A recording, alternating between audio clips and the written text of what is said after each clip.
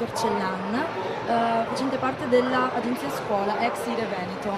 Il progetto di cui si sta occupando è GOLD, Global Online Documentation, giusto? Allora ci racconta di cosa si tratta e ci spiega quali sono le finalità di questo progetto e le modalità operative con cui lo portate avanti. Il progetto è un progetto che vuole sviluppare la cultura della documentazione didattica e è un progetto che ha ormai 10 anni di vita, spende le 10 candeline in questi giorni, quindi è proprio una ricorrenza quasi oggi. È un progetto che supporta le scuole nello sviluppo proprio della documentazione delle buone pratiche, quindi va alla ricerca dell'innovazione didattica e vuole documentarla in maniera chiara, semplice, dialogante, in modo che in altre situazioni si possano rifare quelle esperienze. Questo ovviamente non vuol dire ricopiare l'esperienza, perché nella scuola si attivano processi complessi, queste esperienze devono essere sempre ricontestualizzate ovviamente nei nuovi ambiti scolastici che vengono attivati. Quindi la sua presenza a Expo Scuola riguarda questo progetto. Siete qui presenti? Sì, io faccio parecchie cose, parecchi progetti, questo è quello forse centrale, anche perché questo progetto in qualche modo ha ispirato il salone di quest'anno, che è tutto centrato sulle buone prassi, che vuole ripartire dalle scuole, quindi da quello che nelle scuole di buono e di positivo si fa. E quindi è qualcosa di centrale. A questo proposito mi fa subito venire in mente il punto cruciale della nostra fiera come Consiglio regionale. L'e-democracy, quello che di buono si fa nella scuola, quindi in questo caso le nuove tecnologie applicate ad una formazione, educazione informatica per poter avvicinare i cittadini, e in primis gli studenti e i ragazzi, al mondo delle istituzioni, alla pubblica amministrazione. Allora, in questo caso, a questo proposito, qual è la sua opinione, qual è il suo parere per questi progetti, a proposito di questi progetti della Regione? Si parla moltissimo di cittadinanza oggi e credo che sia un elemento centrale, ma va affrontato con schemi mentali nuovi. Oggi il grosso problema, a mio avviso, è avere una cittadinanza completa, che significa cittadinanza nella realtà fisica ma anche in quella virtuale.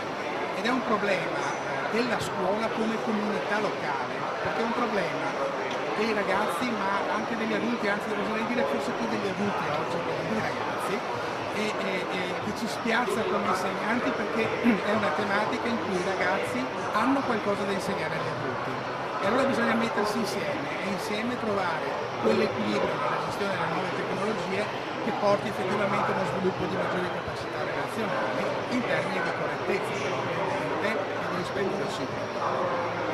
A questo riguardo, quindi l'utilizzo del mezzo di comunicazione così potente come internet deve essere, per essere utilizzato in modo positivo dai ragazzi, deve essere in qualche modo regolamentato. E proprio in questo senso alcuni studenti hanno sollevato questa tematica, una mancanza di informazione e probabilmente anche di formazione da parte dei formatori che hanno delle mancanze loro stessi, perché proprio come ha detto lei è un problema che riguarda più gli adulti che non hanno dimestichezza con questo nuovo linguaggio più propriamente giovanile, dei nativi digitali, così come sono chiamati i ragazzi.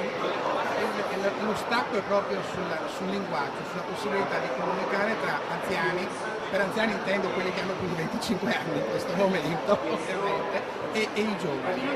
Chi non è nato con le digital natives ovviamente. E bisogna recuperare questo terreno di dialogo, altrimenti noi non riusciamo più a far transitare nel futuro ciò che decidiamo di portarci dietro dal passato.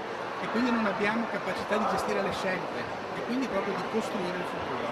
Viviamo purtroppo oggi in un eterno presente senza avere una dimensione dinamica della vita come trasformazione, ma una trasformazione in cui sono le nostre decisioni a pesare, non è una trasformazione che ci viene dall'esterno ovviamente. Dobbiamo saper scegliere e saper usare questi strumenti, vuol dire saper mettersi in relazione per poter effettuare insieme le scelte. Quindi sono proprio il top della cittadinanza, se vogliamo, che forse va pensato un pochino però come Turcante, abitanza responsabile più che dell'ufficio dei democratici del Consiglio cittadinanza è un regionale. concetto filosofico in qualche modo, Vi storico, presento la mia politico, collega Carla ma Conti, le dell'ufficio persone legislativo. vivono il territorio Oggi noi sostanzialmente, dovremmo sviluppano nel spiegarvi, territorio così, le molto proprie molto relazioni, semplice, le sviluppano in tutti rete, diciamo, vuol dire che abitare cos'è questo, il no? Consiglio regionale. Imbattersi Volevo concretamente nei domandarvi se qualcuno di problemi voi lo sa, e su non quelli so, lo sa già, condividere perché delle sono scelte. avvantaggiati da cosa fa. Grazie Qualcuno di voi sa dottor cos'è il Torcella, Consiglio la regionale? ringrazio per la sua visita e le Cosa- auguro buon lavoro. Che cosa fa il Consiglio regionale?